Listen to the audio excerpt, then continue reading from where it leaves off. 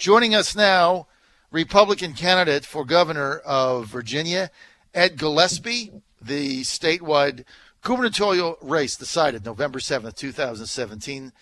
The Republican candidate with us now, Ed Gillespie, running against the Democratic nominee, Ralph Northam, who's the current lieutenant governor. Hey, Ed, good to have you with us, man. Good to be with you, John. Thanks for having me on. Okay, let's get to politics, Ed. I predicted you're going to win. I did it early, which normally I don't do. I wait. But barring – look, all the momentum is on your side right now. As I go around and talk to people, the other campaign is wound tight as a drum. They got their candidate super under wraps. He's in an uncomfortable position. They're trying to turn him into some left-wing, liberal, progressive icon. He's not. How do you see this race, Ed, shaping up now? I feel very that you're picking up on. I see it everywhere I go, and I go everywhere. And so I'm constantly on the trail, and the crowds are good, and the response from people is very positive. And, you know, I'll tell you, Virginians are looking for solutions to the problems we have and the challenges we face. I'm putting them out there. My opponent, frankly, just is not. In fact, he's got an ad that says, you know, look at my bipartisan plan for tax reform. Go to my website.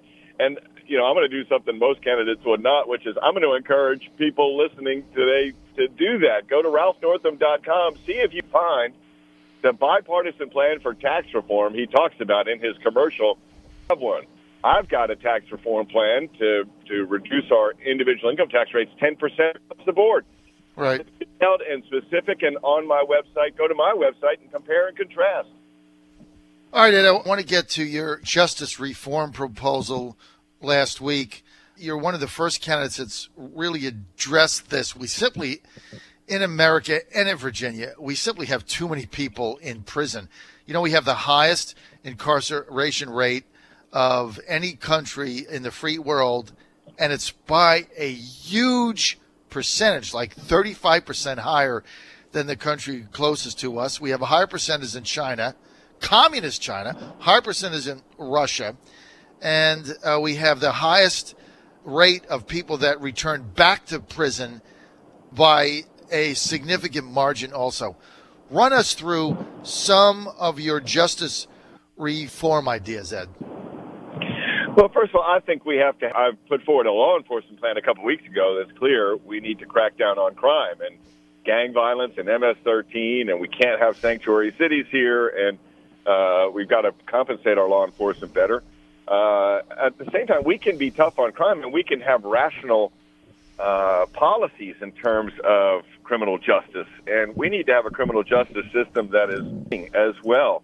And I've identified a few things, just listening to people, talking to people all across the Commonwealth over the past, that, you know, our penalties were out of whack with the offenses. And I'll give you, one example: simple marijuana possession, resulting in a criminal conviction that can dog somebody for the rest of their lives. But at the same time, John, I don't believe we should legalize marijuana or, decriminalize it and send the wrong signal to young teenagers and young adults in particular who are still in where their brains are in a formative stage. We know the impact that marijuana use can have on that. And so I came up with an innovative approach, and it's what I call 3 strikes you're in. The first possession of marijuana is not a criminal charge. The second is not a criminal charge, but the third one is.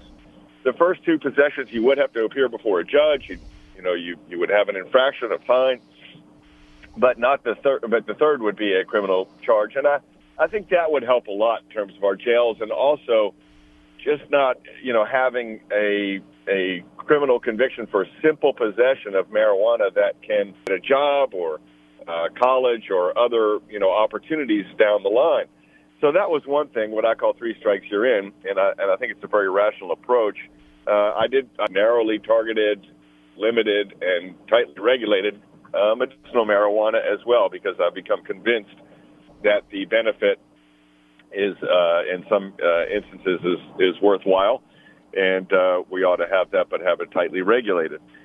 And then I'd say the third major thing, and there are many other things, and people can go to my website, edforvirginia.com, and go to my issues page, and you can see all my policies.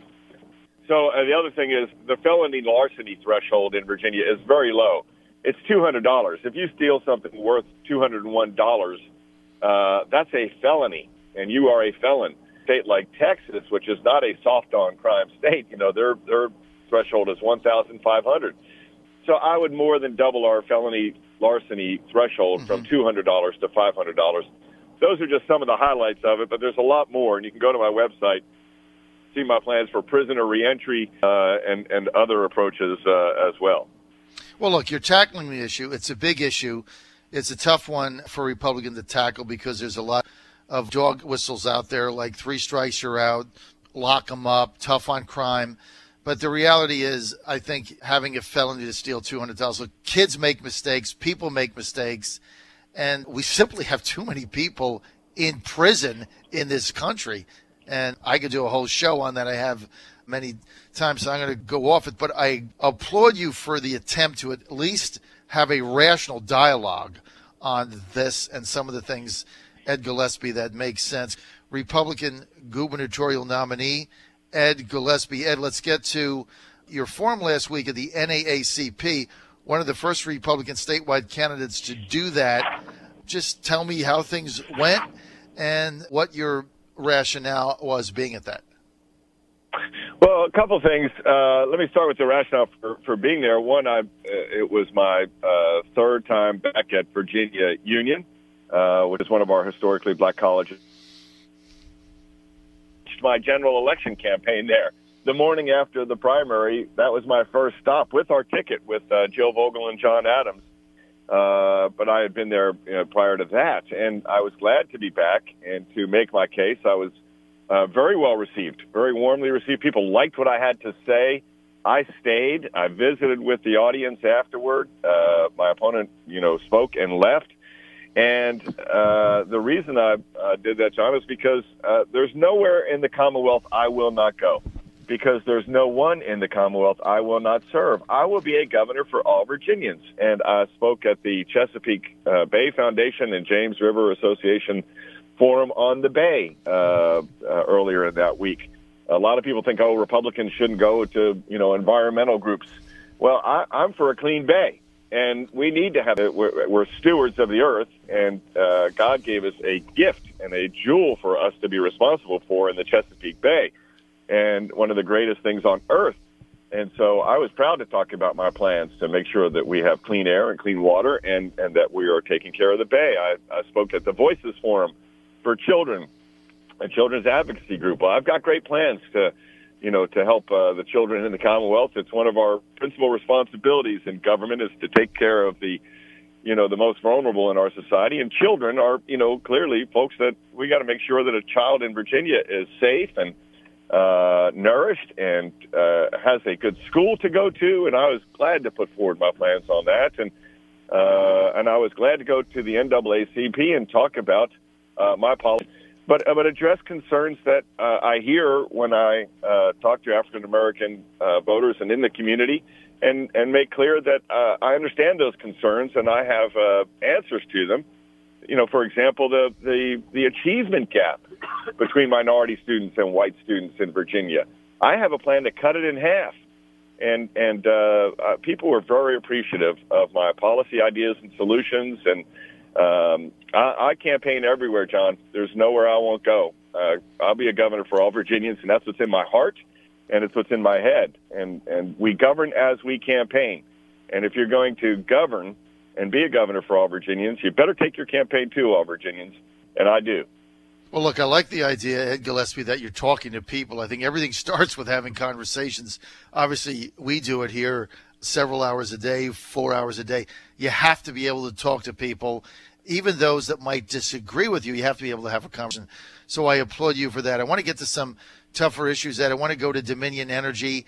Study coming out the other day that Senator Chap Peterson, Democrat Fairfax, highlighted, saying that the 2015 Frank Wagner deal is a dud with $130 million of excess profit they made based on the deal. Wagner says, hey, a deal's good, stable, so we're still having this debate. But look, this is going to come up in 2018. If you're governor, it's likely you're going to have to get involved in this and take a position one way or the other. Are you for continuing the 2015 Frank Wagner Dominion rate freeze deal, or are you with Chaps Peterson's side of it? Do you think it ought to get scrapped and the audit should go forward because of the change in regulatory policy under Trump v. Obama? Well, I think, if the rationale for that deal was implementation of the Clean Power Plan, when the Clean Power Plan is repealed, which, hopefully it's going to be, then the rationale has gone away. We have to take a fresh look at it. I haven't had a chance to look at and review the survey that you mentioned, John, but I will. It's an important issue. It's something I care about, and I'm very open-minded about this.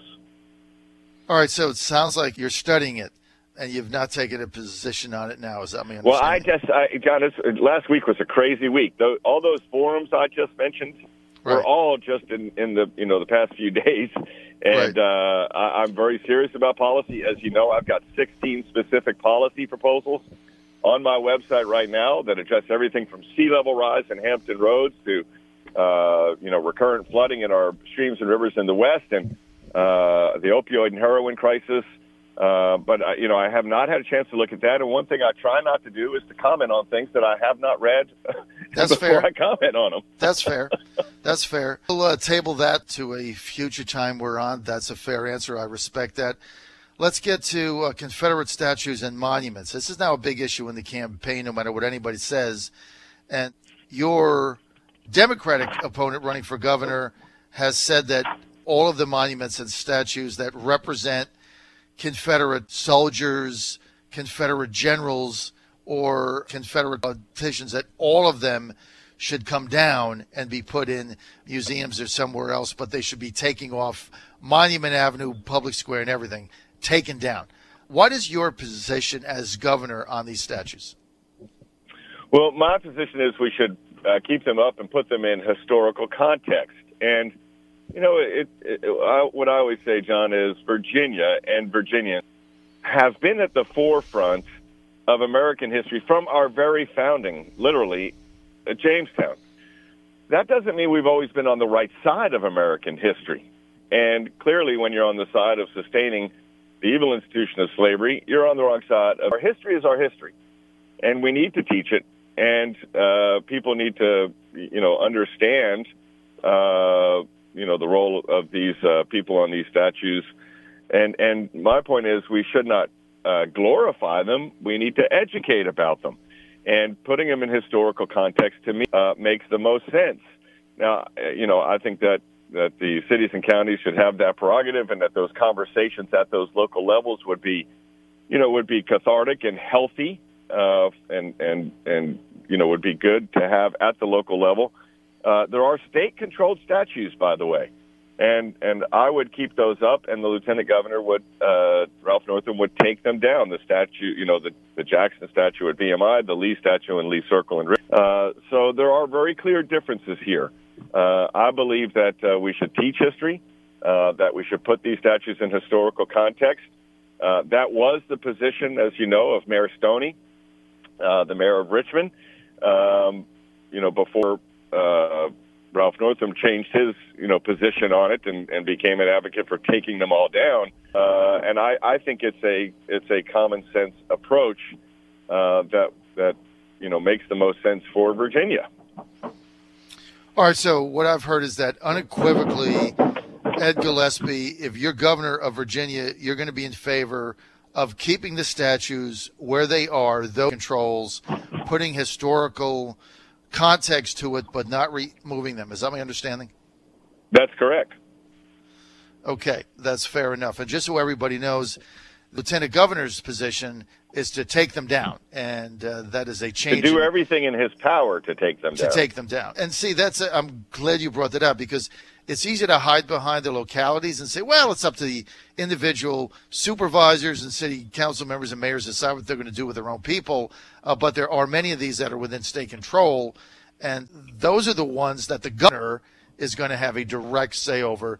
So I appreciate you going on that record with that. Well, okay, and I appreciate you making that point, because that seems to get lost sometimes on people, one publication in particular, because my position on this has been constant and consistent.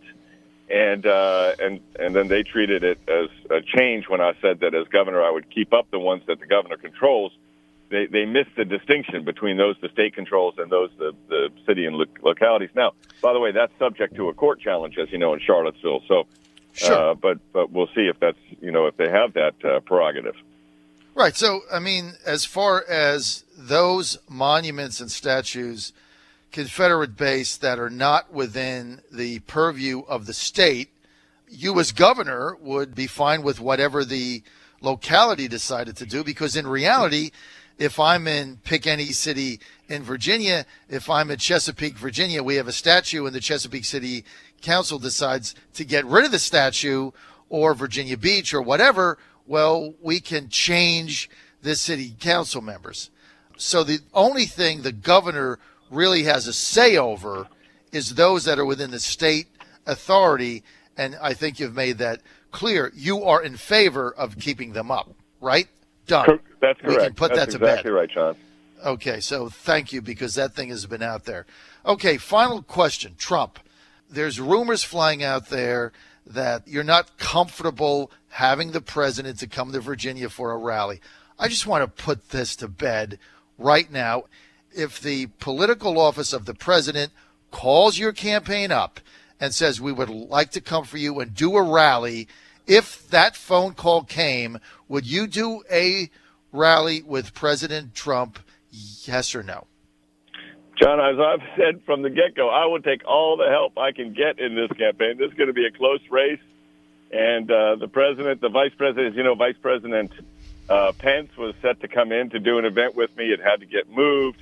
But governors, cabinet members, I'll take all the help I can get. We've got to win this race, and it's going to be close.